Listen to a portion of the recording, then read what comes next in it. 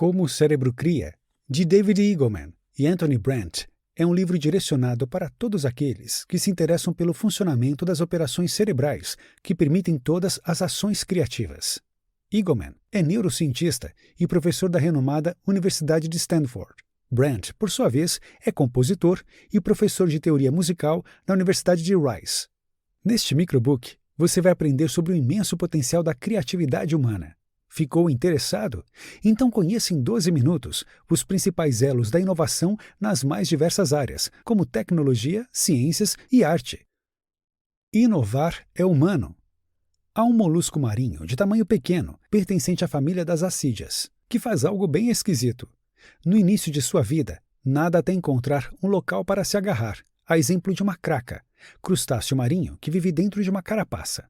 Depois, absorve seu próprio cérebro a fim de obter nutrientes. Afinal, ele já não necessita desse órgão. O molusco encontrou um lar definitivo, utilizando as funções cerebrais para identificar e selecionar o melhor lugar. Concluída a missão, os nutrientes do cérebro passam a se transformar em outros órgãos. Segundo os autores, devemos extrair a seguinte lição: nosso cérebro serve para tomar decisões. Nenhuma pessoa, nem a mais preguiçosa, comeria seu próprio cérebro, pois os humanos não têm ponto de fixação. A nossa permanente ânsia de combater a rotina eleva a criatividade ao status de imperativo biológico. Buscamos tanto a satisfação de expectativas quanto a surpresa na tecnologia e na arte. Consequentemente, a história da nossa espécie sempre se caracterizou pela fertilidade imaginativa. De fato, viajamos entre habitats utilizando rodas e asas projetadas por nós. Estabelecemos comunicações por meio de intrincados uivos e pios. Nos vestimos de plumagens que mudam constantemente. Criamos receitas para o preparo de alimentos, dentre tantos outros feitos. A engenhosidade está presente em todos os aspectos de nossas vidas. Devido ao nosso afã por novidades, a inovação é praticamente uma exigência. Assim, ela não se restringe a alguns poucos indivíduos. Os impulsos criativos vivem nos cérebros de todas as pessoas. O resultado é uma guerra permanente contra tudo que é repetitivo, impulsionando alterações grandiosas que distinguem as gerações, as décadas e os anos que se sucedem. Segundo os autores, esse impulso criativo é inerente à nossa constituição biológica. Novas histórias e culturas são criadas e recriadas incontáveis vezes. Cercamo-nos de coisas que o mundo natural, por si só, não proporciona, algo que peixinhos dourados, porcos e lhamas não fazem. Como remodelamos o mundo? Os seres humanos são sempre criativos. Seja qual for a nossa matéria-prima, imagens, sons, palavras, processamos alimentos capazes de nutrir o mundo, fazendo surgir o novo. Temos uma espécie de software cognitivo inato, decuplicado pela imensa densidade populacional de Homo sapiens. Desse modo, criamos uma sociedade fundamentada em inovações cada vez mais velozes e baseadas nas mais recentes ideias. Entre a Revolução Agrícola e a Industrial, transcorreram-se cerca de 8.000 anos. Entretanto, passaram-se somente 120 anos entre esta última e a invenção da lâmpada elétrica. Depois de 90 anos, o homem já pousaria na Lua. A internet foi criada depois de 22 anos desse marco. Mais 9 anos e o genoma humano seria sequenciado integralmente. As inovações históricas indicam uma tendência muito clara. O tempo entre os grandes saltos evolutivos vem se reduzindo a uma velocidade assombrosa. É exatamente isso que se espera dos cérebros que se aperfeiçoam por si mesmos, absorvendo as ideias mais brilhantes e aprimorando-as paulatinamente. A nossa versatilidade na aplicação dessas estratégias criativas é uma enorme vantagem. Uma surpreendente variedade de resultados pode ser alcançada a partir da articulação de um número reduzido de alternativas. Dito de outra forma, reflita sobre o que a natureza realiza ao recombinar o DNA. Peixes e plantas que vivem nas escuras profundezas do oceano, os animais que caçam e pastam na terra, as aves que voam pelo céu, os seres que sobrevivem nos climas mais frios ou quentes, em altitudes baixas ou elevadas, no deserto ou na selva, todos criados partindo de distintas combinações de 4 nucleotídeos, blocos construtores do RNA e do DNA. Em nosso planeta, milhões de espécies já surgiram, de baleias a amebas microscópicas. Todas são reorganizações do que as precedeu. Analogamente, O nosso cérebro inova devido a um limitado repertório de processos básicos que rearranja e altera informações. As matérias-primas obtidas da experiência são mescladas, quebradas e entortadas para a criação de outros resultados. Essa tríade, mesclar, quebrar, entortar, ao ser liberada no cérebro humano, propicia uma inesgotável fonte de novos comportamentos e ideias. Há outros animais que demonstram indícios de criatividade.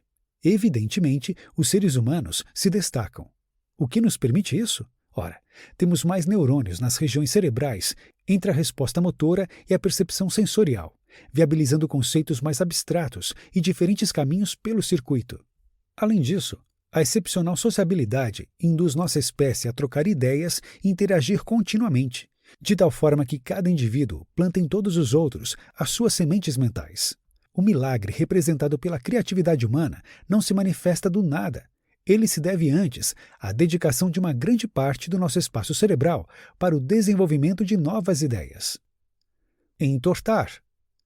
Como o cérebro humano entorta continuamente as informações recebidas, a linguagem evolui. As mudanças estão escritas no DNA da comunicação humana. Logo, os atuais dicionários são bem diferentes de seus antecessores de 500 anos atrás. As necessidades do pensamento e da comunicação são atendidas pela língua, pois, além de ser mutável, é referencial. Tais características a tornam um veículo poderoso para a disseminação de novas ideias. O que podemos dizer evolui graças às inúmeras possibilidades criativas da linguagem, que progride segundo o que precisamos comunicar. Um bom exemplo disso é o verlan, dialeto informal francês no qual as sílabas se invertem. Cigarette torna-se garrette e bizarre torna-se zarbi. Originalmente falado por criminosos e jovens das metrópoles como modo de se esquivar da polícia, o verlan passou a ser comumente utilizado, tanto que muitas palavras foram assimiladas pouco a pouco ao francês coloquial. Nos dicionários, as definições são constantemente revisadas, a fim de corresponder aos conhecimentos e usos vigentes. Na antiga Roma, a adição significava a ação de escravizar as pessoas que não pagavam suas dívidas. A dependência química passou com o tempo a ser uma nova acepção do termo, pois o indivíduo se tornava escravo do seu vício. Em sua origem, o termo inglês husband denominava o dono de uma residência, não tendo relação com o casamento. Não obstante, como havia maior probabilidade de que um homem proprietário encontrasse uma noiva, a palavra obteve seu atual significado, marido. Outro exemplo é o caso de Guy Fawkes, que em 1605 tentou explodir todo o parlamento inglês. Após sua captura, ele foi executado. Os chamados legalistas queimavam a sua imagem, que nomearam de Guy. Após séculos, essa palavra passou a significar homem, perdendo a conotação negativa.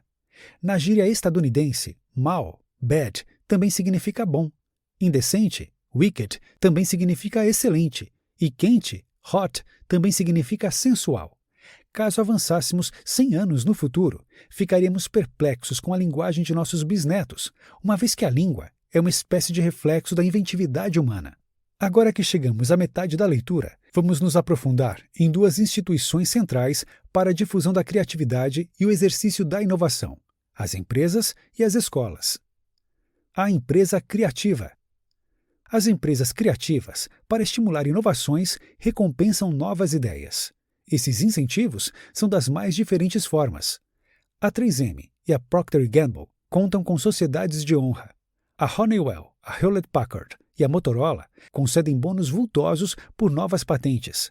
A Siemens, a IBM e a Sun Microsystems dão prêmios anuais. Todavia, esse tipo de valorização não está ainda generalizado. Há um recente relatório que demonstra que cerca de 90% das organizações acreditam não recompensar suficientemente seus colaboradores mais inventivos. Eric Schmidt, do Google, afirma: pague muito bem a pessoas muito boas, seja qual for sua ocupação ou título. O mais importante é o impacto. Essas empresas oferecem também muitas ferramentas e matérias-primas para estimular as redes neurais dos seus funcionários. Thomas Edison mantinha o seu laboratório sempre bem abastecido de suprimentos de todos os tipos, visando facilitar e estimular em si mesmo a geração de novas ideias. A Ideal, uma empresa de design, possui uma caixa tech e comunitária. Nela, Há diversos tipos de dispositivos, sobras e amostras de materiais, uma verdadeira nascente mental para os seus designers e engenheiros. Na Hermé, subprodutos como retalhos de tecidos não são descartados. A empresa os entrega a um laboratório de inovação para a realização de experimentos. Partindo dessas sobras, os profissionais já criaram marmorites de botões quebrados, zíperes e madrepérolas, além de prateleiras com restos de couro. As ideias, nos cérebros ativos, se multiplicam, competindo furiosamente umas com as outras. Nem todas são promovidas à chamada mente consciente, mas a maior parte delas, segundo os autores, não cruzam esse limiar e desaparecem. Dentro de empresas criativas ocorrem processos semelhantes. Iniciativas e ideias competem entre si pelos recursos disponíveis. Aquelas que atingem o limiar requerido os recebem, enquanto as outras são arquivadas.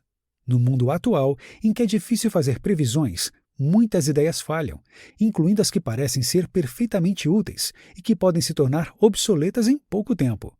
Existe uma força intrínseca à agilidade e à diversificação. Dessa forma, as estratégias das empresas criativas se baseiam na multiplicação de ideias, na eliminação da maior parte delas e na aceitação das mudanças. A escola criativa. Grande parte do tempo de nossas crianças se passa nas salas de aula. Nesses locais, suas aspirações são formadas e elas começam a compreender o que se espera delas. Caso sejam corretamente administradas, serão locais onde se estimula a imaginação. Porém, isso nem sempre ocorre. O cérebro interpreta e reinterpreta o mundo, a fim de produzir novidades. Contudo, diversas instituições de ensino oferecem pouca matéria-prima para o trabalho da mente, proporcionando conteúdos de memorização e repetição. Essa dinâmica ameaça reduzir a inventividade das pessoas, coibindo o surgimento de futuros inovadores.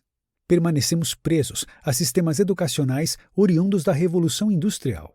Neles, os currículos são padronizados. As crianças devem assistir às aulas diante de um quadro negro e ouvir sinais que replicam os apitos das fábricas que marcam as trocas de turno. Esses modelos não preparam adequadamente os nossos alunos para o mundo contemporâneo, nos quais os empregos são redefinidos em pouco tempo e o sucesso está ao alcance dos profissionais capazes de gerar novas oportunidades. Para os autores, a verdadeira função das salas de aula consiste na preparação dos estudantes para a geração de novas ideias. Felizmente, sustentam, isso é fácil de implementar. Não é necessário abandonar os planos pedagógicos existentes e iniciar do zero.